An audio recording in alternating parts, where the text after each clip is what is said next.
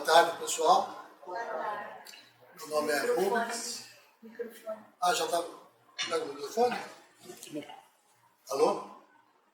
Só cuidado com o Não. Tá funcionando. Tá nada. Tá? Tá funcionando? Tá. Tá, não. Então tá bom. Vou começar de novo. Não, aumentou. Então, boa tarde, né?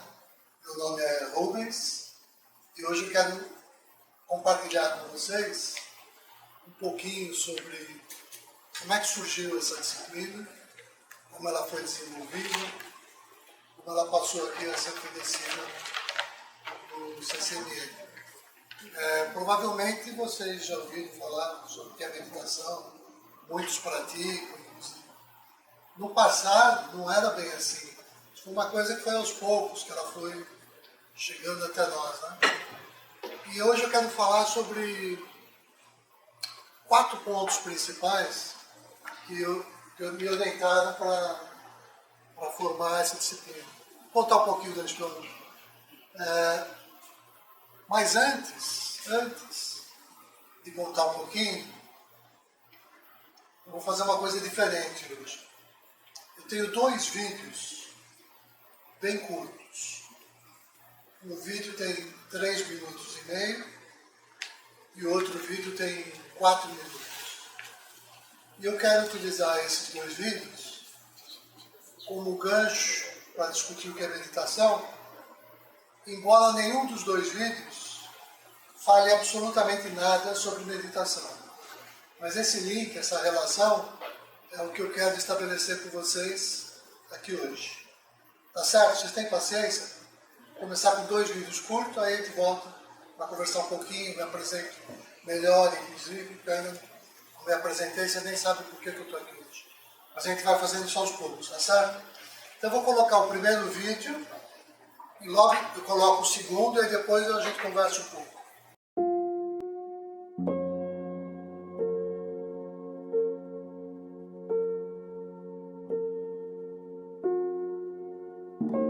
One day, a young boy asked his father, "What is the value of his life?" Instead of answering, the father told his son to take this rock and go sell it at a market. If anybody asks the price, raise 2 fingers and don't say anything. The boy then went to the market, and a woman asked, "How much is this rock? I want to put it in my garden." The boy didn't say anything and raised up 2 fingers. And the woman said, $2, I'll take it. And the boy went home and told his father, "A woman wants to buy this rock for $2. The father then said, "Son, I want you to take this rock to a museum. If anybody wants to buy it, don't say a word and just put up 2 fingers. The boy then went to the museum, and a man wanted to buy the rock. The boy didn't say a word and put up 2 fingers. And the man said, $200, I'll take it. The boy was shocked and went running home. "Father, a man wants to buy this rock for $200. His father then said, "Son, the last place I want you to take this rock is to a precious stone store. Show it to the owner and don't say a word. And if he asks the price, just put up 2 fingers." The son then went to a precious stone store. He showed the rock to the owner. "Where did you find this stone? It is one of the most rarest stones in the world. I must have it. How much would you sell it for?" The boy put up 2 fingers, and the man said, "I'll take it for $200,000. The boy, not knowing what to say, ran home to his father. "Father, there's a man that wants to buy the rock for $200,000. His father then said, "Son, do you know the value of your life now? You see, it doesn't matter where you come from, where you were born, the color of your skin, or how much money you were born into. It matters where you decide to place yourself, the people you surround yourself with, and how you choose to carry yourself. You may have lived your whole life thinking that you were a $2 stone. You may have lived your whole life surrounded by people that saw your worth only for $2. But everybody has a diamond inside of them. And we can choose to surround ourselves with people that see our value and see the diamond inside of us. We can choose to put ourselves in a market or put ourselves in a precious stone store. And you can also choose to see the value in other people. You can help other people see the diamond inside of them. Choose the people you surround yourself with wisely. That can make all the difference in your life.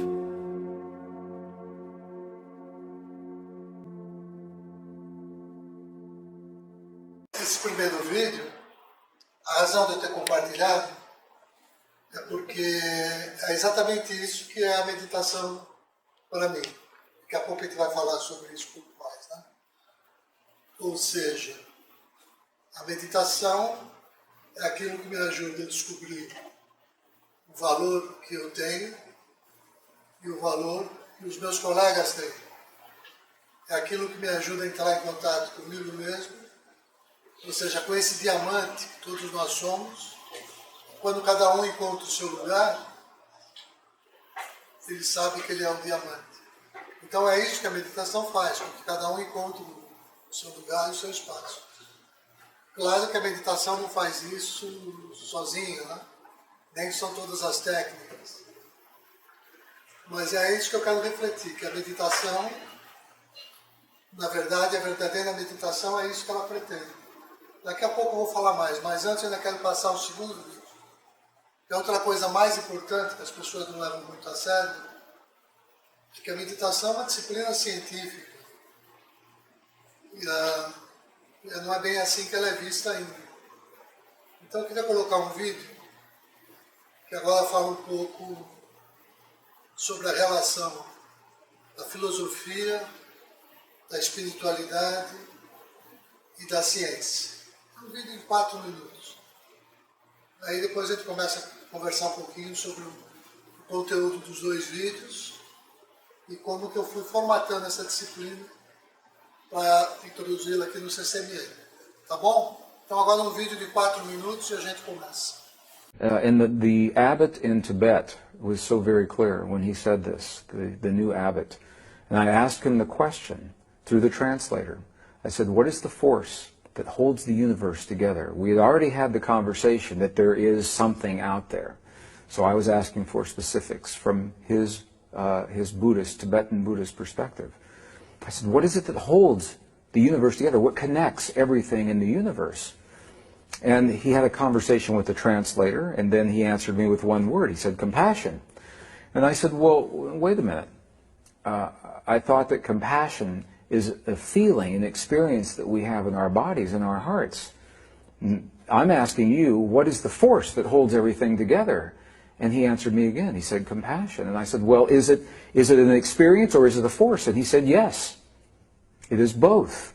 And to me that is so powerful because it reminds us that we are born into this world with a power in our hearts that we already have, that we don't have to learn, it's already there, and it's a power that aligns us with the framework, with the matrix of the universe itself, as Max Planck called this field of energy, the matrix, in 1944. He coined the term, the matrix, to describe this network of energy that holds particles of the universe together. And from the Buddhist perspective, the Tibetan Buddhist perspective, they recognize that the experience of compassion, it's not just feeling sorry for someone or saying, oh, poor person, you know, they're having a bad day. In Western traditions, sometimes people think of compassion as that way. And that may be a part of it. But from the Buddhist perspective, it's much deeper than that. It is living life awake and conscious and present in our hearts in the moment, knowing that we are part of all that is and that what we do every moment of life is affecting not only us, it's affecting the other side of the universe, and consciously living our lives respecting and honoring that relationship. It's such a beautiful way to live. Now that scientists have been able to show us through the imagery of the Chandra X-ray Space Observatory, the mission of this observatory was to detect invisible fields of energy in the universe. So while scientists have always suspected that up to 90% of the universe, they say, is empty, And this observatory now is showing us that in the space that we once believed was empty, it's not empty. There's a lot of energy in there, and it looks like a web or a net of energy.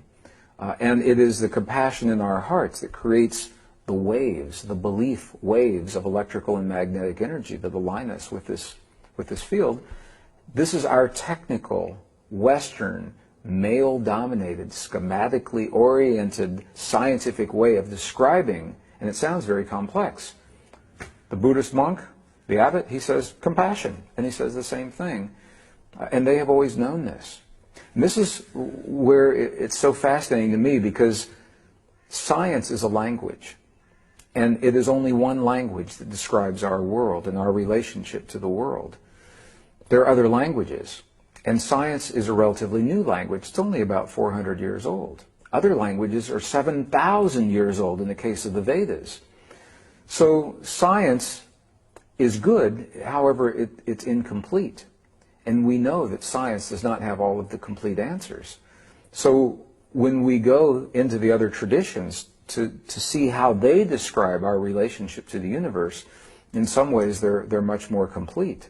So Western science now, modern science, is only arriving in the last years of the 20th century and early 21st century. They have just arrived at the understanding that the field is out there, and they're saying, what do we do with this field? On the one hand, and on the other hand, this is the place where the ancient traditions have always begun. Science has spent 400 years debating and trying to prove whether or not everything is connected, while these ancient traditions began with the understanding that of course everything is connected. They didn't spend 400 years proving the connection. Their 400 years was used exploring how we may use that connection to become better people and create a better world. Pessoal, acho que deu para ter uma ideia do que o vídeo quis falar, não deu? Vocês acharam estranho alguma coisa assim do vídeo? Não? Tranquilo? Porque é um pouco a partir daí que eu vou agora fazer minha fala. Tem uma palavra-chave que vai nortear toda essa conversa aqui da gente. E a grande questão para mim é: o que é meditação? A gente sabe responder isso? E se souber responder isso, qual é a palavra-chave para entender o que é meditação? Porque hoje em dia existem tantas definições, tantas formas de se acessar esse tema, que é bom a gente refletir sobre como tudo isso surgiu, da onde surgiu, como foi se desenvolvendo, como isso chegou aqui até nós. Então essa é a preocupação. E a palavra-chave é uma palavra um pouco descuidada nas práticas de hoje em dia. Porque compaixão é uma coisa que a gente não está muito acostumado a ouvir no âmbito da ciência. Parece ser um termo do caráter mais religioso. E quando a gente fala em meditação, nem sempre a gente está buscando alguma coisa religiosa. Você está buscando uma prática com base científica, como a gente tem, inclusive, nas escolas de medicina. Então eu quero partir daí, porque isso é muito importante. Então, deixa eu olhar aqui o esqueminha que eu preparei para hoje. Ó, a primeira coisa foi assistir os 2 vídeos. Porque ali a gente começa a ver os objetivos das práticas de meditação. O primeiro vídeo, que é a descoberta do espírito, do valor, que é esse diamante que nós trazemos conosco. Fala dessa função, né, das práticas de meditação, desenvolver os nossos sentimentos superiores. Ou seja, essa conexão entre ciência e espiritualidade. O segundo vídeo, por que ele é importante para mim? O segundo vídeo é um vídeo-chave para essa forma que a disciplina foi desenvolvida. Porque nós estamos acostumados a falar em mindfulness. Quem aqui nunca ouviu falar em mindfulness? Nunca ouviu falar? Então, mindfulness é a forma de meditação mais conhecida que existe, mais em moda e talvez, no meu entendimento, aquela que está tendendo a ser ultrapassada, superada, porque a gente já começa a perceber as suas limitações. E está aí a razão de eu partir daí. Porque qual é o ponto de mindfulness que eu percebi que ele não atendia tudo aquilo que ele pretende com meditação e que me levou a formular essa disciplina como uma alternativa à disciplina de mindfulness que é oferecida nas escolas de medicina, que mindfulness geralmente é uma prática extremamente mental. E quando eu digo mental, isso quer dizer que eu não estou levando em conta nessa prática a questão dos sentimentos. Tanto assim que os budistas, as práticas budistas, eles complementam a prática de mindfulness com os protocolos da compaixão. Porque dentro da tradição budista, a compaixão é uma coisa muito importante. Agora, curiosamente, dentro daquela disciplina-chave, seria aquela que a gente teria que usar para despertar toda essa compaixão, a compaixão não entra. Então, se vocês fizerem uma pesquisa hoje no Google, e ao invés de procurar mindfulness, vocês procurarem kindfulness, vocês vão perceber que existe uma tendência dessa disciplina kindfulness está superando a disciplina mindfulness. Quando eu falo kind em inglês, estou falando sobre esse aspecto, dessa delicadeza, dessa compaixão, dessa coisa que me remete não simplesmente a uma coisa cerebral, lógica, mas que de alguma maneira me conecta com o meu coração. Então essa preocupação, quando eu percebi isso, eu falei, está faltando, na verdade, a gente conhecer melhor de onde tudo surgiu, o que de fato é meditação, como é que a gente chega até aqui. Então, como é que eu ia propor, como é que eu ia formular isso de uma maneira que pudesse ser oferecido em, sei lá, 3, 4, 5 semanas. Foi a ideia para mim, é obter esse arquivo zipado, onde eu consigo, em uma expressão, em um mantra, dar conta de toda essa ciência, de toda essa arte, e que depois eu vou unzipando até eu obter toda a literatura sagrada do mundo. A partir, eu ia abrindo esses arquivos, estruturados na forma de metáforas e de mantras. Então, isso que eu estou falando parece pretencioso, arrojado. Então, eu vou mostrar que não é, que isso está feito, que isso é essa disciplina. E é claro que, quando eu falo isso, não estou falando como um curioso, né? Mas eu falo como alguém que todos os meus resultados são atestados e comprovados pela academia. Então, o que eu estou falando, pode ter alguém que discorde disso. É normal, as pessoas têm opiniões diferentes. Mas ninguém vai ter coragem de dizer que essa não é uma posição legítima e válida, ou que pudesse ser refutada, que até hoje não foi. Então, é isso que eu quero falar um pouquinho. Deixa eu ver aqui. Tá aí. O que a gente tem hoje no que a gente chama de PICs, né? São esses práticas integrativas e complementares de saúde. Isso é uma coisa fantástica. Porque é quando a meditação se torna objeto da ciência e ganha um ar assim de mais seriedade do Ocidente. Só que essa apropriação feita pela área da saúde, em especial pela Faculdade de Medicina, tem suas vantagens e desvantagens. E você, ao descaracterizar a prática para torná-la científica, você também perde muito da sua eficiência, da sua eficácia. Porque a meditação é uma coisa, não é uma coisa que você ensina, nem que transmite, se você não vive, se você não irradia por você, isso que você está falando.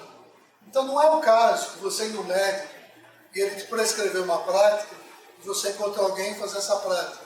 Tá certo, isso vai te relaxar, vai ajudar na tua ansiedade, vai te ajudar na tua saúde. Mas para os propósitos maiores, o que a gente chamava essa ancestral arte da ciência da meditação, para falar a verdade, isso não vai te levar a lugar nenhum. Pode ajudar, já que a maioria que é engenheiro, vocês vão trabalhar em grandes corporações, provavelmente a sua chefia vai ficar interessada em oferecer no ambiente corporativo as práticas de mindfulness para garantir que eles vão ter um quadro de executivos dóceis, bem adestrados e amestrados. Agora, é isso que a meditação quer? É isso? Ser um instrumento a mais para facilitar a dominação e a opressão e o controle? Não, é exatamente o contrário. É a emancipação desse processo. E foi assim que a meditação foi originalmente concebida. Então é a partir daí que eu quero começar a falar para vocês hoje e mostrar como esse processo se deu. Eu vou anzipar todo o nosso curso a partir de uma pequena expressão única. E quem dominar essa expressão única, essas poucas expressões, já compreendeu a disciplina do semestre inteiro. Vocês vão perceber que todo semestre, todas as aulas, todas as atividades só vão reforçar esse ponto que eu vou apresentar hoje para vocês. Então, deixa eu ver aqui se eu estou... Então, por que oferecer essa nova disciplina? Já falei aqui um pouco, né? Pela insatisfação que existia no mercado em termos de mindfulness, né? Outra coisa, eu queria discutir a origem e desenvolvimento. Sempre que eu falava sobre eu via essas práticas oferecidas em diversos lugares, é sempre uma coisa que já é uma técnica pronta, acabada, mas ninguém falava de onde isso veio e nem por que isso era do jeito que estava sendo oferecido. Então não dá muita chance de você fazer uma reflexão crítica sobre esse material, que é objeto dessa disciplina. A reflexão crítica sobre o que é a meditação, sobre todas as técnicas, todas as possibilidades, para que cada um depois escolha aquela que mais fala ao seu coração. Todas são legítimas na medida que você vibrar na mesma frequência e sintonia com aquela prática e ela te tocar. Né? Mas isso é uma escolha tua, e só sua, e não de uma outra pessoa que vai te prescrever ou te receitar. Essa é a ideia que eu quero tentar discutir aqui. Então, bom, quando é que surgiu esse projeto? Né? Para eu estar falando assim, é claro, e a Cássia lembrou, que eu também venho do ambiente corporativo, eu iniciei a minha vida profissional como executivo, assim, das grandes corporações, e eu tenho orgulho de dizer que eu fui engenheiro da Monsanto. Quem conhece a Monsanto sabe o que ela faz. Tá? E tenho mais orgulho ainda de dizer que eu pedi demissão da Monsanto para iniciar uma outra trajetória. Né? Mas eu digo, eu conheço esse universo. Então, quando eu comecei isso? Eu comecei essa pesquisa e antes, eu já estava na Monsanto, mas mais seriamente quando eu saí. Ou seja, a partir de 1987, quando eu iniciei uma parceria com esse colega, Francisco, que ele desenvolveu o conceito de universidade no coração. Uma espécie de um ativista que trabalhou no Nordeste, assim, na beira do Rio São Francisco, junto a uma série de pessoas, uma série de necessidades e carências, e ele desenvolveu um projeto, mostrava para mim que ele vivia na prática aquilo que eu só conhecia teoricamente. E eu descobri que ele tinha razão. Quando eu fui me aproximando daquela prática que ele exercia, eu fui descobrindo as chaves para ir construindo aquilo que eu mesmo queria, que é o que eu quero falar agora. Bom, essa minha história, só para lembrar, né? Claro que ela vem lá da infância, está associada com outros valores de ecologia, meio ambiente, essa ideia de que o universo todo, de uma certa maneira, que o planeta Terra é um ser vivo, está tudo integrado, tudo interligado. Então, desde criança, eu já era, por exemplo, vegetariano. Não que eu tenha nada contra quem toma carne, nada disso, mas eu sentia, não tinha um motivo racional. é um sentimento que eu tinha em relação às outras espécies, que eu achava que tem alguma coisa de errado nesse modo predatório, exploratório, que vai levar à destruição do planeta. É só isso. É um sentimento que eu tinha, um sentimento de que as coisas tinham que ser mais equilibradas. Hoje você chama isso de sustentabilidade. O nome que eu dou para sustentabilidade é ecologia superficial e rasteira. Né? Que você vai continuar explorando o planeta até o limite do que ele suporta. É isso que chama de sustentável. Mas a ideia continua sendo a exploração e a dominação. Se você vai ter os valores, por exemplo, da ecologia profunda, são esses valores, sei lá, de filósofos como Arnaes e outros, você vai ver que eles recorrem às escrituras antigas, principalmente essas que falam sobre meditação, para dizer que não. Se eu conseguir entender que tudo na vida tem um olhar de sagrado, e eu redefinir minha relação com o outro e com o planeta nesses termos, eu não preciso estar preocupado com crédito de carbono, nem com sustentabilidade, nem com nada. Porque a minha relação com o sagrado já vai definir tudo isso, pelo cuidado que eu tenho com tudo aquilo que eu faço. Então eu comecei por aí já quando eu era criança. Mas aí eu comecei a fazer yoga, meditação, tá ali, eu cheguei até Monsanto. Areia Branca, então, foi essa comunidade onde eu fui viver por 4 anos, com esse meu amigo Francisco, que me despertou do meu sonho dogmático e teórico, para mostrar que às vezes nem precisa de teoria nenhuma. Se você tem um coração batendo no peito com ele para funcionar, você se conecta com certas realidades. Eu percebi que isso era a parte que faltava em mim e a parte que eu percebi que falta em Mindfulness, o desenho. Né? Então, a partir daí, vamos lá. Bom, para resumir, está escrito McMaster. Né? Eu achei que eu tinha que estudar isso. Aí da engenharia fui fazer filosofia, graduação, mestrado. Fui fazer um doutorado na área de sociologia e estudos religiosos. E me especializei na cultura da Índia, no período épico da Índia, nas escrituras sagradas da Índia. E a partir daí eu percebi que estava de posse desse lugar de onde nasceram as práticas de meditação. Pronto, contei a história. Agora a minha promessa. Eu falei que ia dar o arquivo zipado, para que todos pudessem zipar, só com essa aula, com todo o conteúdo da disciplina. Então, a primeira coisa para isso, tem que saber que nosso curso foi estruturado em aulas teóricas, oficinas e palestras. O que isso quer dizer? Ninguém pode dar conta de tudo. Então, por exemplo, a oficina que o professor Mário toma conta, toda semana, todo dia você tem a oportunidade de praticar um pouquinho. Com as aulas teóricas, vocês vão construindo um certo cabedal, um certo olhar crítico sobre a disciplina. E as oficinas, isso aí vai ser, esse cabedal vai ser como se fosse a espinha dorsal.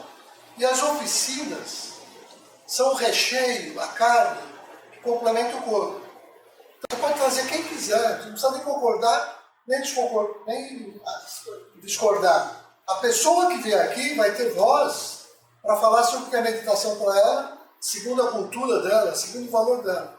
E nós vamos avaliar isso segundo esse eixo, segundo essa espinha dorsal, está sendo tratado. Você pode me perguntar, você conhece todas as práticas de meditação que existem? Não conheço nem metade. Não precisa. Mas eu interajo com todas essas pessoas, que volta e meia alguém me introduz uma prática, a gente conversa, discute.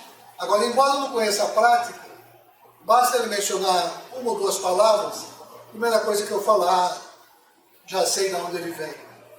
Talvez nem ele tenha consciência, mas eu já sei qual é a fonte que ele bebeu. Porque quando você vai na fonte de todas as fontes, você percebe de onde tudo foi surgindo, de onde tudo foi desenvolvendo. Por isso que é esses textos que eu quero recorrer para introduzir o arquivo zipado.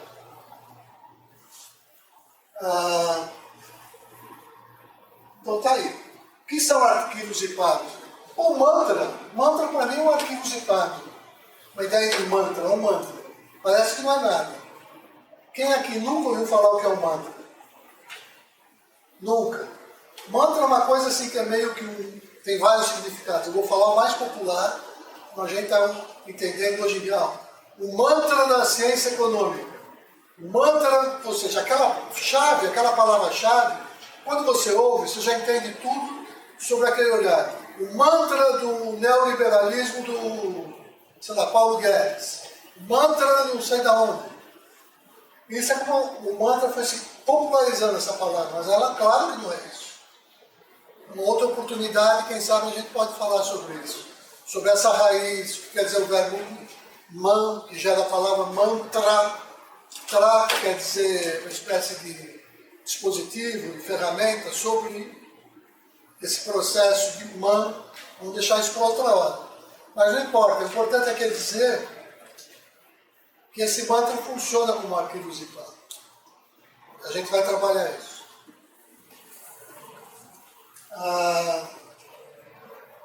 Mantras, metáforas, igualmente, né? Daí vem o diálogo com as distintas áreas do saber. Hoje a gente já colocou 2 videozinhos, como eu mencionei, parece que não tem nada a ver com a prática de meditação. Mas quanto mais a gente trabalha a meditação, mais a gente vai perceber que meditação é tudo isso aí. Porque não tem meditação digna desse nome se ela não dá conta de toda a tua vida, o tempo todo. Pronto, agora eu vou avançar para a segunda página. Deixa eu... Avança? Aí tá bom. Não, mais um pouquinho, está chegando no 4. Tá bom. Com a nossa disciplina, antes de eu falar do arquivo zipado, eu vou terminar minha fala com o arquivo zipado. São 15 para as 4, nós terminamos às 4h30, que depois tem o Mário, né? Então tem tempo de sobra. Não precisa ler lá não, que a gente vai discutir isso. Isso aí só ficou para eu me orientar, assim, não precisa vocês estarem lendo agora. A primeira coisa é que dentro dessa disciplina, como ela está sendo oferecida nesse semestre, tem uma série de voluntários e colaboradores, cada um tem uma função. Né? Então vocês vão ter várias atividades. E embora não participe como professor, não vai estar presente aqui, eu já avisei a Cássia que eu vou ficar à disposição pelo WhatsApp, por e-mail, para tirar qualquer dúvida quanto à parte teórica, qualquer questão que vocês tiverem, podem me escrever a qualquer hora. E todo esse material, quem quiser ter assim acesso no lugar, como isso foi acontecendo dentro do meu processo, ao longo desses 40 anos de pesquisa, eu resumi isso dentro de um livro-blog, que está ali o link, né? E eu acho que eu vou colocar esse livro-blog, ele até já está, é só selecionar. Ele já está ali na tela, só colocando.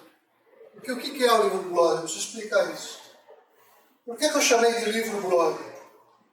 Olha, é um texto digital, tá na estrutura, esteve na estrutura de blog, mas ele também pode ser lido como um livro. O que é que eu quero dizer com isso? Se a gente for pensar assim, na história da humanidade, lá no início de tudo, você tinha a tradição oral. Ou seja, o que era sagrado era aquilo que era ouvido, simplesmente. Depois você registra esse sagrado, sei lá, a folha de, como é que chama, de bananeiro, só eu do quê? Ou do pergaminho, mas ainda assim a palavra oral é mais sagrada do que o pergaminho. Mas, daqui a pouco, essa palavra escrita, ela ganha a forma impressa. Sei lá, Gutenberg, por exemplo. Né? Então, na época que você tem Gutenberg, é claro que o pergaminho ele é mais sagrado do que o impresso. Por exemplo, uma Bíblia. Se você tem ela no pergaminho, é claro que ela vai ficar no santuário, preservada. Em praça você tem um monte de cópias. Aí você sai da Bíblia, sei lá, você sai de Gutenberg, vem chegando na nossa geração, que é digital. Você tem o texto aqui, digital. Aí você abre o celular e você tem a Bíblia. Você tem que concordar comigo que a Bíblia que você tem na tua casa, no altarzinho da sua casa, que fica aberto ali, aquilo lá é mais sagrado do que a Bíblia que você abre no celular. Vou dar um exemplo, porque é assim. Ainda é difícil, as pessoas estranhas não teriam coragem de pegar uma Bíblia enquanto vai no banheiro. Você está lendo alguma coisa, igual ler revista, você não vai levar a Bíblia para ir no banheiro. Mas se você levar o celular, se vacilar, você pode ler um versinho da Bíblia ali que não tem nada demais. Por quê? Porque esse nosso entendimento do sagrado não chegou, de certa forma, ainda no universo digital.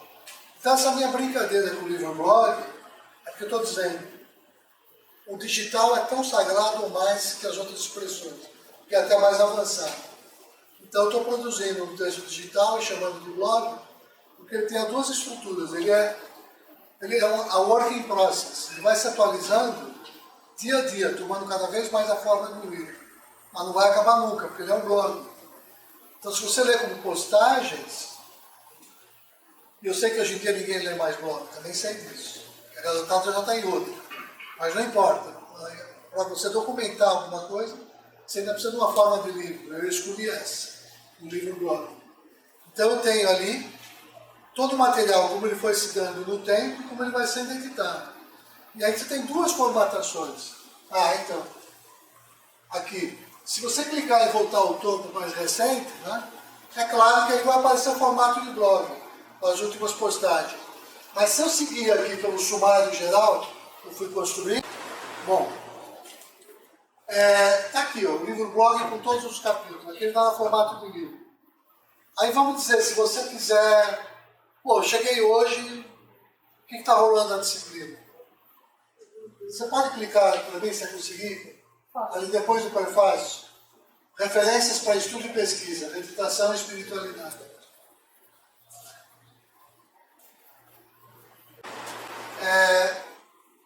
Acreditem em mim, se vocês abrirem ali, tem tudo que precisar, tá? Acreditem. Lê o que está aí, vê se você consegue ler o que está aí dentro, já que eu não consigo. Bom, mais ou menos, eu vou interpretar que eu sei o que é a figura. Esses sujeitos estão inventando a roda. Aí o outro chega para ele e fala assim, show. Ele tem um certo tempo. Dá para ler? agora eles leem, tá claro lá, né? Vou deixar eles lerem.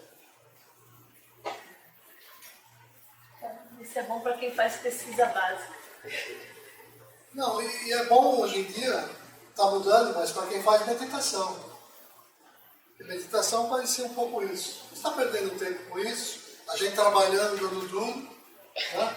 E você estudando essas coisas, fazendo isso. Então tá aí, né? Perguntar para quem inventou a roda, para que serve isso? O que serve vai aparecer depois, muitas vezes. Né? Hoje em dia a gente sabe para que serve a roda. Mas é só para brincar. Agora, se vocês descerem ali naquele texto, tem uma série de vídeos das principais escolas de meditação, tem uma série de textos para conceitual de meditação, tem links, sites, sei lá, qualquer tipo de meditação. Eu procurei resumir nesse arquivo. Mas pode fechar então, eu quero voltar lá para... então eu peço para vocês, se possível, que passem a seguir o livro blog, para que vocês tenham sempre com vocês, né? E aí vocês podem comentar, discutir comigo a partir do blog, tá? Então, deixa eu sair do blog, pode fechar isso, voltar lá para o meu Word, o arquivo do Word. Aí. Outra coisa, além do livro blog, qual é o material que a gente tem de apoio? Eu tenho um canal no YouTube, onde nos semestres anteriores eu gravei, ainda mais que da pandemia, então tem uma série de aulas gravadas com todo o material do curso. E tem também a plataforma do Ava. Depois a Cássia vai ajudar, tem questionário, tem algumas coisas lá. Então, com esse material é mais que suficiente para se dar conta da matéria, uma vez que a gente não vai estar se filiando no formato tradicional. Isso aqui é uma coisa nova, uma experiência nova. Então, o nosso handbook, nosso manual, é um manual, você não vai encontrar por aí. Não adianta clicar no Google, que não aparece com esse olhar, desse jeito. Está sendo construído agora, aqui com a gente. Uma coisa meio que um cadinho de experimentação. A gente está desenvolvendo uma coisa. Tá? Então, eu vou ler o texto curto, porque depois eu vou falar o arquivo zipado. Mas para colocar vocês no clima, eu quero ler 3 parágrafos que vai encaminhar a gente para esse arquivo zipado. Tá? É aí mesmo. Aí. Ó, ótimo, está inteirinho agora, né? Então, vocês preferem que eu leia ou vocês leem sozinhos? Quer que eu leia? Não, eu leio, pode deixar. Então, o Dhyana Mantra Hamsa. O Dhyana Mantra Hamsa. O que é a meditação? Como ela surgiu? Como se desenvolveu? Muitos estudiosos relacionam o mantra Hamsa com a região do corpo caloso do cérebro, que tem a forma de um cisne, e se diz ser a área responsável pelas intuições e o desenvolvimento espiritual. Dessa região do corpo caloso, flui o líquido do cérebro espinhal, a energia, em sânscrito, Kundalini, a qual, quando estimulada pelas práticas de pranayama, ou de respiração, né, uma tradução light, e meditação, conduz aos estados de êxtase ou samadhi. A mente e o processo de respiração representam 2 aspectos da consciência estreitamente relacionados entre si. Por isso, muito se refere aos estados meditativos quando os pensamentos se acalmam e diminuem, como aquele estado em que a mente fica como se estivesse parada. Fica serena como as águas de um lago cristalino, sem ondas de pensamento. Né? Desse modo, ela reflete a luz da consciência pura. Então, o foco na respiração no início das práticas de meditação nos leva a acalmar a mente. Eu vou chegar lá. Por que eu estou falando isso? Por que eu estou falando de respiração, de pensamento? Vou chegar no arquivo zipado. Então, se puder subir um pouquinho para ler o parágrafo final, né?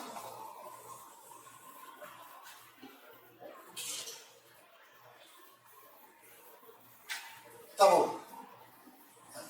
No instante que a respiração permanece suspensa, após cada expiração, o ser se recolhe.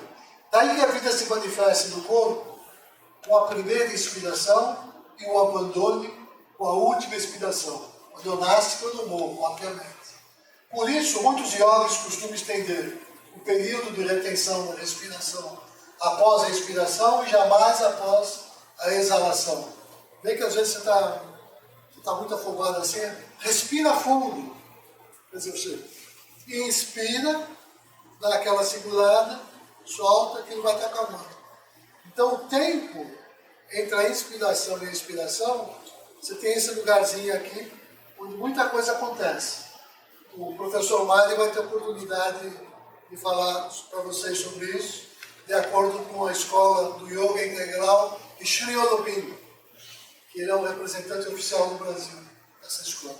Tá? Então, por isso muitos yogis costumam estender o período de retenção. Quando eu retenho após a exalação, é uma outra história, não quis trazer aqui. Respeitando-se os tempos 1, 4, 1, ou seja, inspira em 1, segura 4, solta em 1. Segue-se a inspiração em um tempo, retenção em 4, expiração em 1, que eu acabei de falar. Né? Então agora só a parte final, por favor. No caso do processo natural da respiração, que caracteriza o Dhyana Mantra Hamsa, os tempos são 1, 0, 1. O tempo 0 entre a inspiração e a expiração caracteriza o espaço interior conhecido como a morada do ser em nós. Contudo, entre os movimentos contrários de inspiração e expiração, ocorre uma fração de segundo de não movimento, como nos pêndulos de um relógio, né? O pêndulo sobe. Quando ele muda de sentido, não de direção, ele subiu, quando ele vai descer, está sempre em movimento. Mas para mudar de sentido, ele tem que parar. Por uma fração de segundo. E é aí que toda coisa acontece para a gente. Tá? Então, o tempo zero entre a inspiração e a expiração caracteriza o espaço interior, conhecido como a morada do ser de nós. Contudo, entre os movimentos contrários, inspiração e expiração, ocorre uma fração de segundo de não movimento, como nos pêndulos, que antes de mudarem de sentido, param completamente por um instante. É nesse instante de quietude entre os sons da inspiração, RAM, e da expiração, SA, que ocorre a unificação dos campos internos e externos do ser. Nesse momento em que a respiração permanece suspensa, antes de cada inspiração, o ser se manifesta no silêncio. Esse lugar de repouso, entre a inspiração e a expiração, simboliza o mesmo espaço interior que se revela entre dois pensamentos. É a morada da consciência, o instante entre o pensamento que termina e o novo que se segue. Pronto. Pode apagar, Tesma. Vai fechar. Bom, a partir daqui, eu vou agora começar a falar no meu arquivo zipado. E vou dar as principais linhas de unzipar esse arquivo, que vai ser o resto desse livro. Está na cara que o arquivo zipado é essa palavra Hansa. É daí que eu começo. Por isso que eu chamei essa palavra de Dhyana Mantra Hansa. Porque Dhyana em sânscrito quer dizer meditação. Eu falei que é meditação, falei que também é mantra. Como assim? A gente diz que esse mantra, o que se chama na literatura sagrada da Índia, de Japa Japa Mantra. Isso quer dizer o seguinte, todo mundo já ouviu por aí, sei lá, vários grupos religiosos, os próprios Hare Krishna, eles estão sempre com uma espécie de um rosário na mão, cantando Japa, né? O Japa é esse ato que você está passando as balas do rosário. Você canta um mantra e vai contando. Igual a Ave Maria, fazer as ladainhas. Você vai contando aquelas séries. Então você tem o Japa, Mala, Mantra. Eu falei que esse Ajapa, porque no sânscrito A é negativo. Então Ajapa quer dizer não é Japa. Ou seja, é um mantra que não precisa do Japa Mala. O que eu quero dizer? Estou dando as dicas para entrar no arquivo zipado.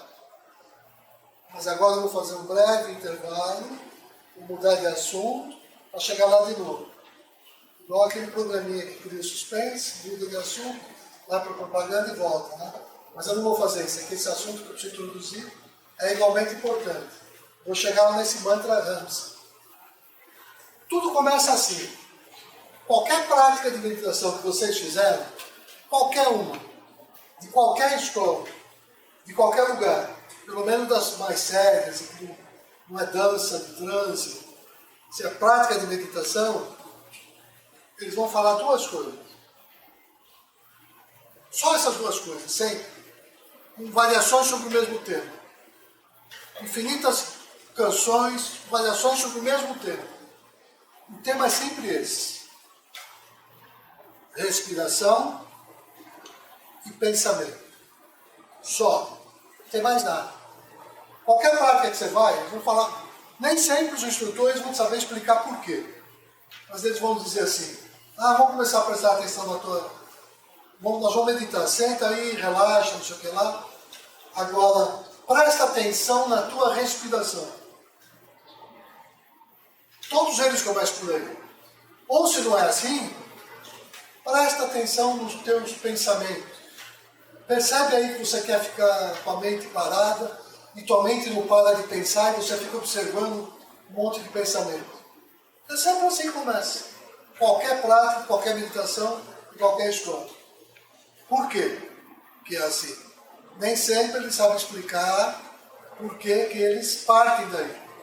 E a explicação que eu encontrei, eu não posso jurar de pé junto, que é a mais fidedigna, pelo menos ninguém até hoje foi capaz de me desmentir, nenhuma escola, nenhum acadêmico, por enquanto é essa. Eu acho que é isso, mas eu não estou dizendo que é. Quando você vai lá na escritura mais antiga do mundo, que são os Rigvedas, olha, já estou antecipando, hein? Para falar do Hansa, já estou tendo que falar dos Vedas. O que são os Vedas? Não importa muito para a gente aqui, mas importa um pouco, para saber de onde tudo veio, de onde tudo começou. Começou ali, dos Vedas. No tal do Rigveda, tem uma passagem esquisita, que ninguém sabe interpretar muito bem, a não ser que você receba uma espécie de iniciação, ou sei lá o quê, mas que não é tão difícil assim de se entender. Que essa metáfora que aparece no... Ó, estou antecipando o Hansa. Agora, para antecipar o Hansa, eu preciso de um monte de acessórios. Esse é um. A metáfora do Rigveda. É um acessório para antecipar esse nome. O que é a metáfora? A metáfora diz assim: dois pássaros habitam na mesma árvore. Um se alimenta dos frutos e o outro observa em silêncio.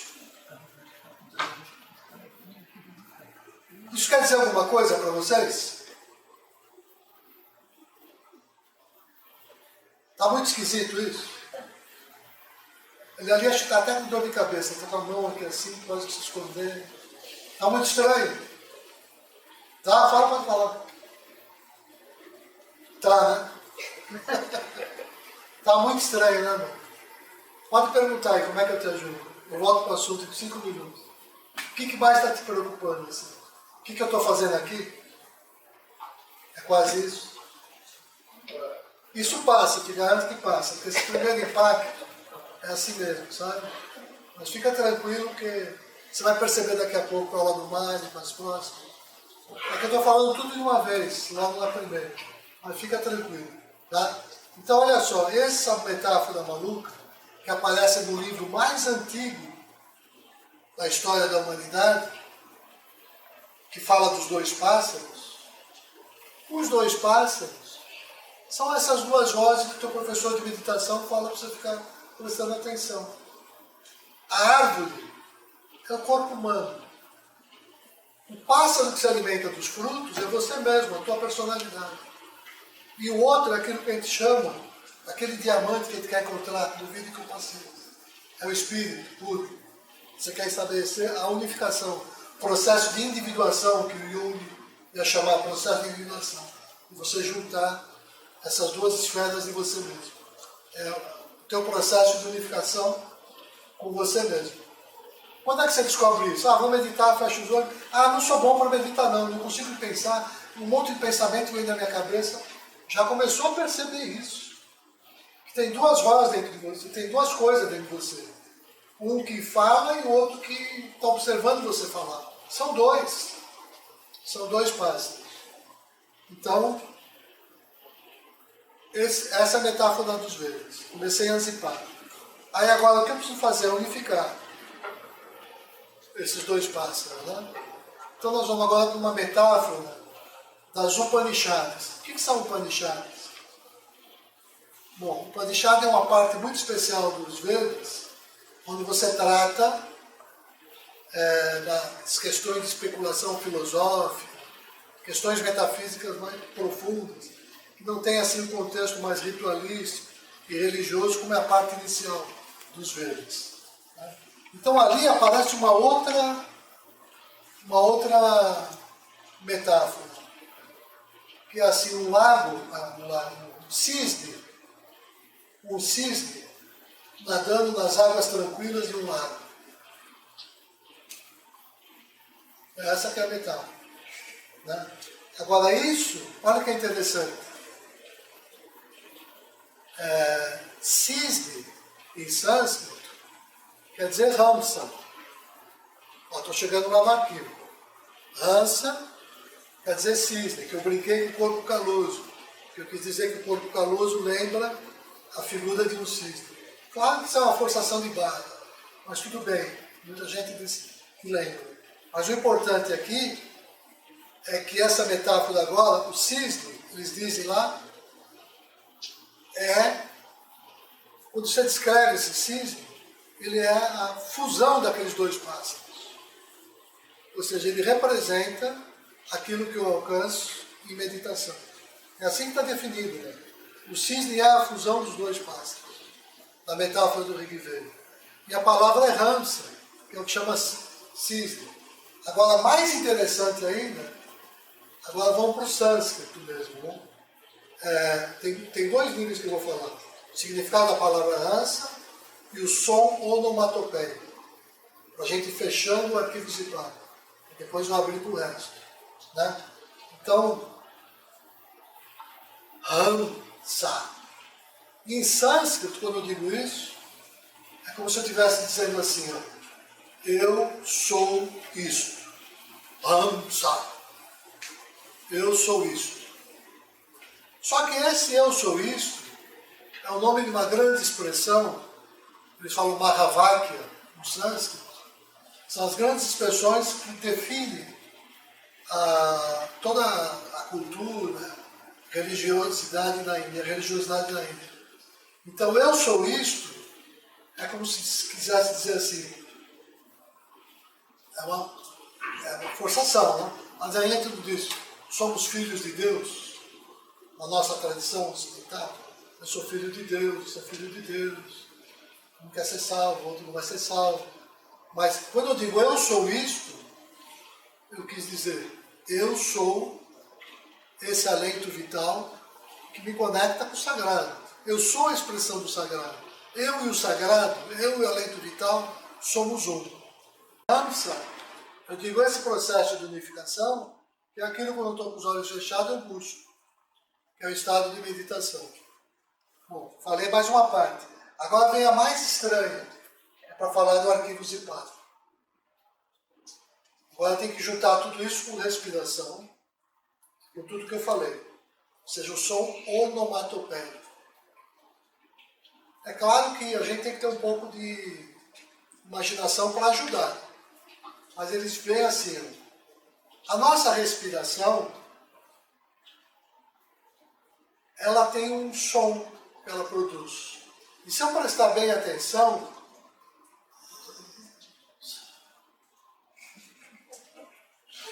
é isso. É isso. Quando eu inspiro, faz uma espécie de Ram. Quando eu expiro, faz Sa. Isso foi apropriado por várias tradições. Quando eu emendo um no outro, esse Sa vira meio So. Então, como se faz Ram, So, Ram, So, Ram, So. Daí vem, inclusive, uma tradição que é So, Ram, So, Ram, So, Ram. Só que So, Ram é mais punk. So, Ram é quando o cara... É uma meditação meio de transe, quase que você entra, porque você vai estar numa energia assim intensa. O Hansa não, o Hansa é aquilo, você está falando dessa conexão. Mas então o som onomatopeico é Hansa, o nome do cisne é Hansa, eu sou isso é Hansa, e é a unificação dos dois pássaros. Então, se quando eu me sento para meditar, eu começo a pensar nisso, eu começo a entender essa conexão. Mais ainda, depois da meditação, a gente vai entender que é aquilo que aquele monge tibetano que morreu, tibetano não, vietnamita, que eu nunca sei falar o nome dele. Tinahan.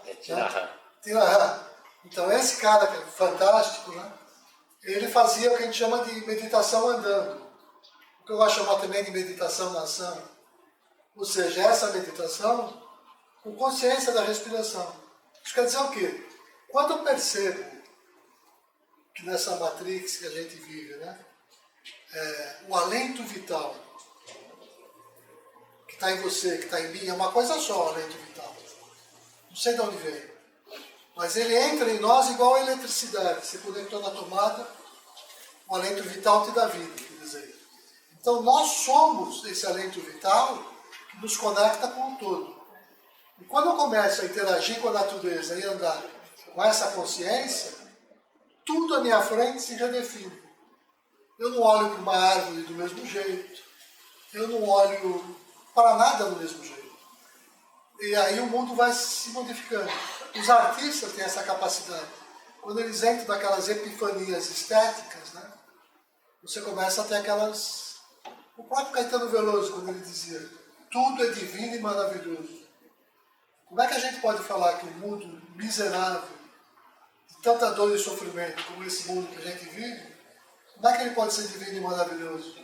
Mas é, que o mundo sempre foi tal qual ele foi. A única coisa que muda é o nosso olhar sobre ele. Depende do nosso estado interior. Como a gente olha para as experiências, como a gente olha para a doença, como a gente olha para a morte. A partir daí você redefine tudo isso. Então esse é o mantra Hansa, que é o arquivo zipado. Ele é ao mesmo tempo um mantra e ao mesmo tempo uma metáfora. Ao longo da disciplina, quem for olhar aqui depois os textos lá do livro do homem, vai ver que eu montei esse curso com 6 metáforas e 4 mantras, para dar conta de toda a arte da ciência da meditação. Porque cada vez que eu entro num deles, eu entro numa categoria de texto, sou obrigado a recorrer a essa categoria de texto. E depois esses textos, esses mantras, dialogam com as outras tradições. Então deixa eu me referenciar agora, eu já falei, na verdade, 2 metáforas, dos 2 pássaros e do cisne. E já falei de um mantra, que é o mantra Hansa. Né? Então, vou falar de mais uma outra coisa agora. Tem um texto que é muito importante, que é aquele que dá nome, inclusive, para o meu livro blog, que lá está escrito.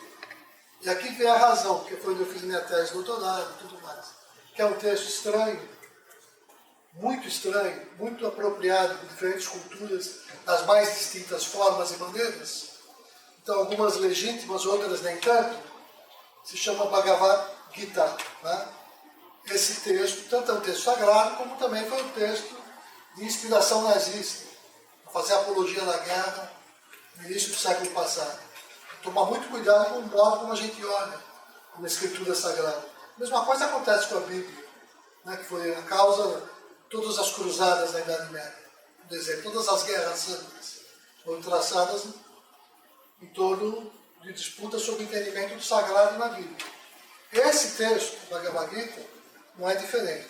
Mas é óbvio que eu não quero olhar para ele sobre esse olhar perverso, superficial, que possibilita esse tipo de apropriação. Mas sobre o significado oculto, que está escondido, iniciático, que é o que eu quero trabalhar. Que quem assim do jeito meio maluco beleza percebeu, foi aquela dupla, Paulo Coelho e Raul Seixas, né? Quando compõe aquela música Guitar, que é uma espécie de exaltação. Alguém conhece essa música? Eu sou a luz das estrelas, eu sou o brilho do luar. Né? Então isso aí é a Bhagavad Gita, é de lá que foi tirado isso. Que horas são, cara? 4h18. Se der 4 para e 18. deixar 5 minutos para 2 perguntinhas. Tá, vou terminando já. Vou falar das outras metáforas porque eu preciso anzipar. Eu zipei a Hansa, estou anzipando. Metáfora do Rig Veda, dos 2 pássaros. A metáfora do cisne.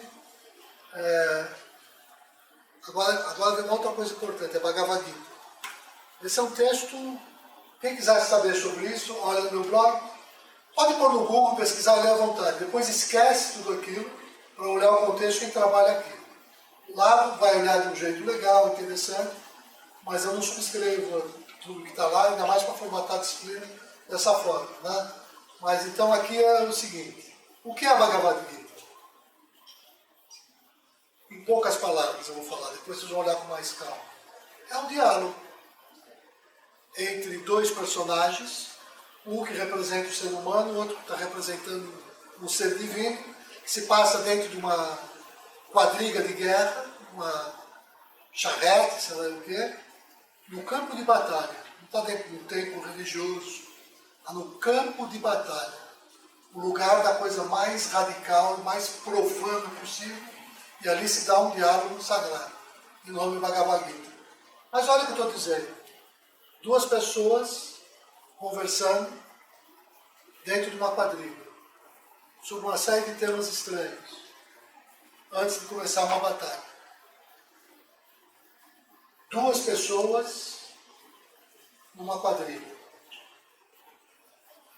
Um representando a personalidade humana e outro aquele aspecto que você busca de transcendência, que é o sagrado divino.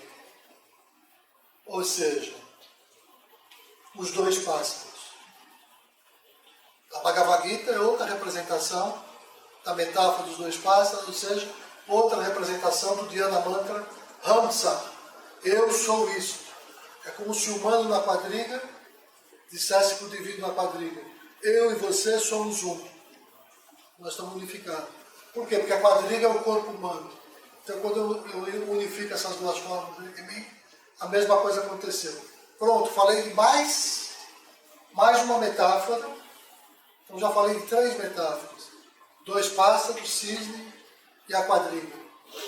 Todas elas me remetendo à ideia desse Dhyana Mantra Hansa, que é o meu arquivo zipado, que eu posso unzipar em tudo isso. Quando eu unzipo, eu vou em toda a escritura sagrada. Eu fui lá desde a Índia Antiga, no Rig Veda, nas Upanishads, até o período épico, que é mais recente, que é o período da Bhagavad Gita, de Mahabharata e outros textos. Já falei de outro, tudo falando da mesma coisa. Claro que não é todo mundo que lê assim, mas essa leitura é possível. Né? O que é que eu faço para conceber essa disciplina? Bom, já falei disso. Então vou terminar para deixar para as perguntas, mas antes, deixa eu ver se eu tenho que falar de mais uma metáfora. 1, 2, 3. Tem alguma outra importante? Acho que eu não preciso. Deixa eu ver se mantra tem. Hansa. Ah, sim. Tem outro mantra muito importante, com isso eu termino. Que é um mantra... Aliás, só esses 2 mantras e aquela metáfora única, acabou. Quem souber isso já sabe tudo que a gente vai tratar aqui. O outro mantra é esse. Om Namo Narayanaya. O que significa? Om, a gente pode discutir aqui, mas todo mundo já ouviu o que é Om. Né? Om. Quem nunca ouviu o que é Om? Vem com o contexto, né? Om é tranquilo. Namo quer dizer eu me rendo, eu me curvo, eu presto reverência. Narayanaya, Anarayana. E afinal quer dizer então Anarayana. Agora, quando eu penso na Bhagavad Gita, o epiteto do que representa a divindade ali no carro se chama Krishna. O epiteto dele é Narayana. E o do outro companheiro é Nara. Nara quer dizer homem. Narayana quer dizer divindade. Então, quando eu digo Om Namo Narayanaya, eu digo eu me unifico com Narayana. É como se eu dissesse Hansa. Então, o mantra Om Namo Narayanaya é o arquivo zipado da Bhagavad Gita como um todo. Esse é a essência da Bhagavad Gita, é esse mantra, só isso. Então, quem entende isso, já entendeu os 2 mantras importantíssimos. Eu falei que são 4 na disciplina. O outro é Om Tat Sat e o outro é Om. Não precisa falar aqui agora. E as metáforas, eu falei de 3, faltariam 3. Vou falar bem rápido porque eu terminei a disciplina inteira. E abro para as perguntas. Anzipei tudo. Fala isso, eles não voltam mais. Não, é só falar da... Tem 3 metáforas, para já saber de uma vez assim o que é. Primeira metáfora. Porque é aqui que você separa o trigo do joio. É nessas 3 metáforas. Entre aquele que é sério com relação à meditação e aquele que vai continuar enganando a si próprio, achando que está fazendo alguma coisa e não está fazendo nada. De 3 metáforas. Primeira metáfora da tartaruga. Quer dizer assim, do mesmo modo que a tartaruga recolhe os membros para debaixo do casco, nós devemos recolher nossos sentidos, os objetos dos sentidos, para dentro do nosso coração. E redefinir, reolhar as coisas com o olhar do coração. Essa é a metáfora da tartaruga.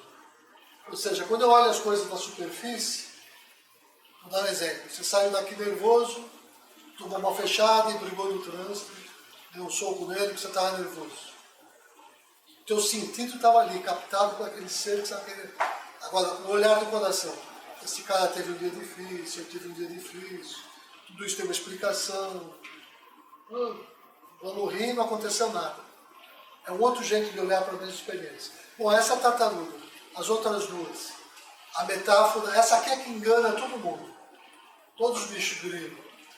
No sentido, eu era meio hippie na minha adolescência.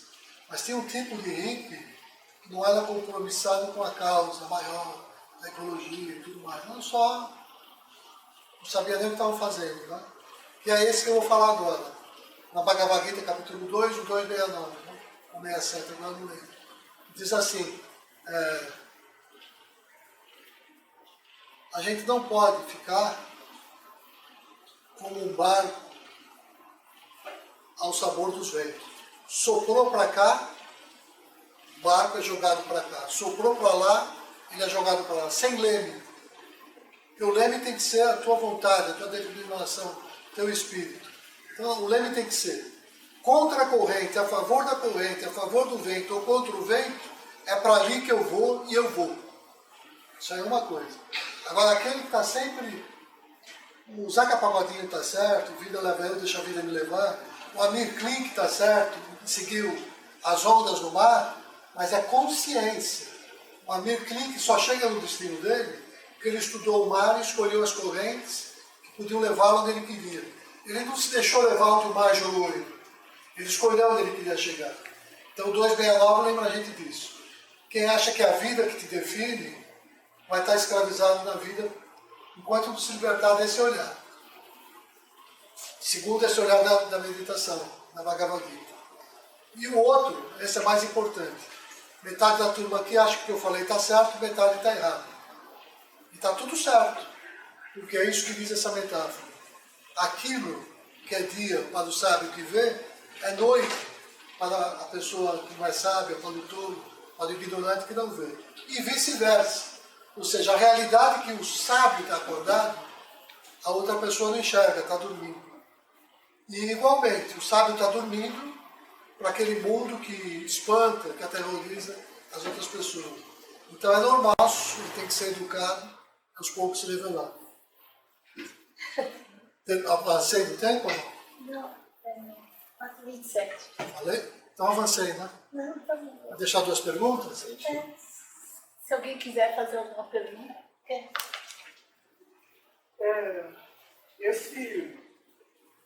Essa questão do homem e do divino.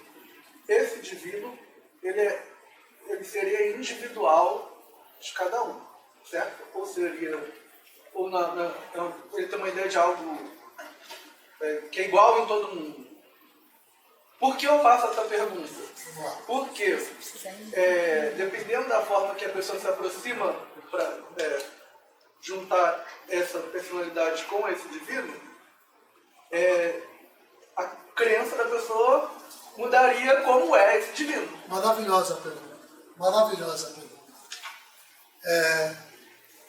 Nós somos feitos de carne, certo? Então, tudo que é feito de carne tem uma vestimenta cultural, tem uma roupagem, tem uma linguagem que é própria. Isso é o que nós somos.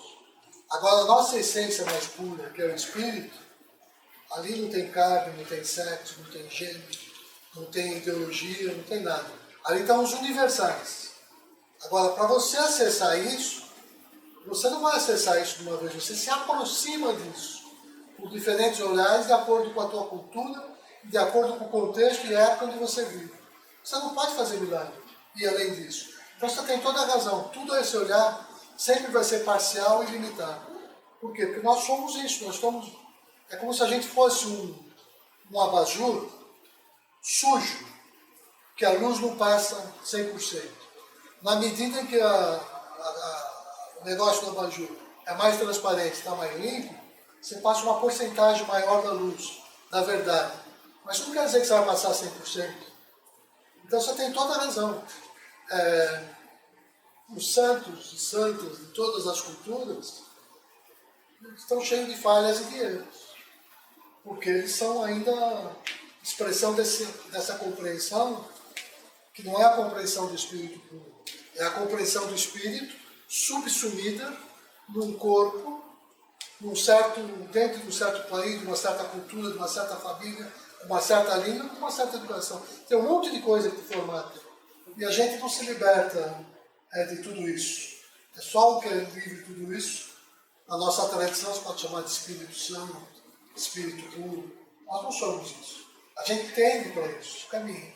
Então é por isso que você tem todas as tradições pessoas boas em todas as tradições e pessoas más em todas as tradições. O bom budista é parecido com o bom católico, que é parecido com o bom ateu, que é parecido com o bom judeu, que é parecido com o bom maometano. O problema são os maus budistas, que são muito diferentes dos maus cristãos e dos maus, porque o problema não está na cultura em si, está no modo como a gente vive a nossa cultura. Sempre tem um modo legítimo. Até nas tradições mais ancestrais, dos povos originários, nos cultos xamânicos, em todas as tradições. Tudo aquilo tem verdade, naquele contexto, os antropólogos sabem bem disso.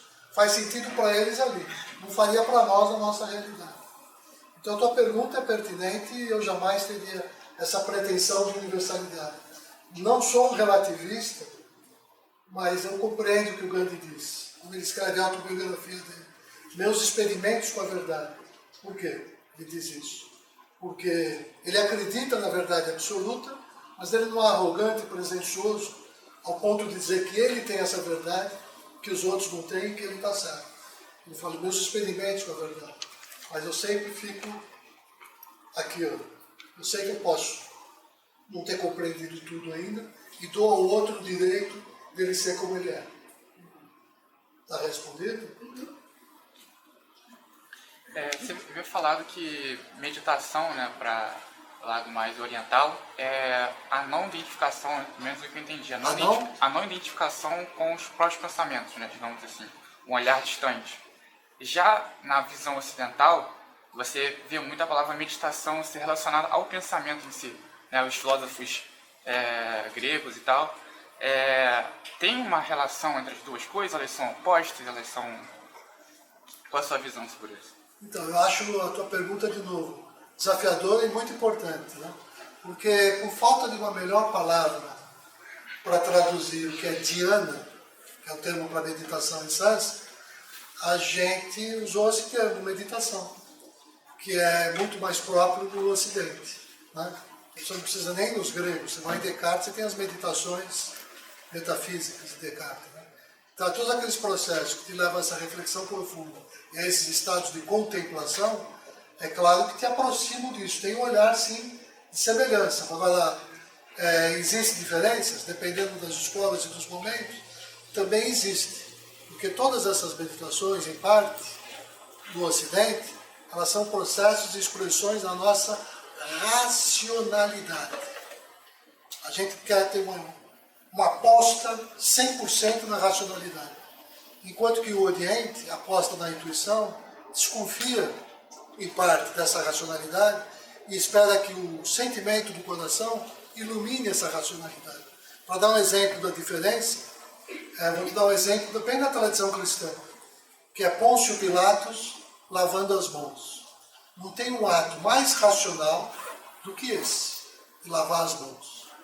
E não tem, do ponto de vista do sagrado, um ato mais tolo, infantil e ingênuo do que ser racional a esse ponto e ignorar o sentimento de amor no coração para dizer que ele não devia lavar as mãos. A racionalidade ocidental afirma que ele tinha que lavar as mãos dentro desse contexto. Porque a racionalidade não leva em conta o amor, mas que é uma coisa romântica, uma coisa poética, uma coisa menor. E a justiça tem que ser cega, não pode levar em conta o sentimento. Não pode levar em conta o sentimento inferior. Mas o sentimento do Sagrado Coração, o próprio Senhor Jesus apontava para o peito e dizia o Sagrado Coração. Sagrado Coração de Jesus, Sagrado Coração de Maria. Então aí, além da racionalidade, é uma coisa que você desperta para essa outra categoria, que é a categoria iógica, que ilumina a razão ocidental. Então, para mim, aí também vai além do que isso que pretendiam Descartes, Kant e esses filósofos muito interessantes do Ocidente, mas todos racionalistas. Acho que é a última pergunta, então tem mais uma. Então esse processo de meditação então, seria um alinhamento entre razão e emoção, porque assim, eu tive uma criação cristã. Então, eu também. Eu acredito na Bíblia que, por exemplo, o coração é traiçoeiro, mas a gente também, tipo assim, você ser só 100% razão é ruim, como se você ser só 100% emoção também é ruim. Não falei emoção. Uma coisa, até brincando com a canção do Caetano Veloso, Coração Vagabundo. Não estou me referindo ao coração vagabundo, estou me referindo ao Sagrado Coração, que é muito diferente. Né? Então, o Sagrado Coração me deu branco agora, não sei o que ia falar. Qual que é a tua pergunta? Se você puder me falar, tem que Razão e meditação é esse emoção. alinhamento entre razão e emoção. Se eu quero, desculpa. Se a meditação é o alinhamento entre Ah, perfeito, é isso que eu queria responder. A melhor resposta que eu tenho para isso é uma figura que eu encontrei na internet, que tem uma pessoa, que ela está com a mão aqui, tocando um violão, tem as cordas. Ela está afinando esse violão. E vai do coração até aqui o centro da testa, como representando a parte racional e a parte dos sentimentos superiores. Então, quando eu afino entre sintonia, quando eu ponho a razão em sintonia com essa esfera do sagrado coração, não do coração vagabundo. O coração vagabundo é esse que a gente chama de coração por ignorância espiritual. Se refere a tudo que é corporal ainda, que na verdade nasceu desses desejos, as suas pulsões, vem desse lugar, tem a ver com o corpo. E o sentimento que eu estou falando, que é de amor, não tem nada a ver com esse corpo, tem a ver com o espírito que anima o corpo. Então esse sentimento do espírito que anima o corpo, esse que a gente chama de amor, né? Esse é que eu quero alinhar com a razão. E o receio das pessoas confiarem no coração, em geral elas têm receio mesmo, porque 95% delas, a única experiência que tem, que cultiva e alimento, é a relação com o coração vagabundo. Aí é porque não estão prontos ainda para a meditação. Mas elas vão dar esse passo um dia. Desculpa se eu fui muito forte. Poderia aumentar a temperatura do ar-condicionado? Obrigado a todos. Agora você tem a parte. Obrigado.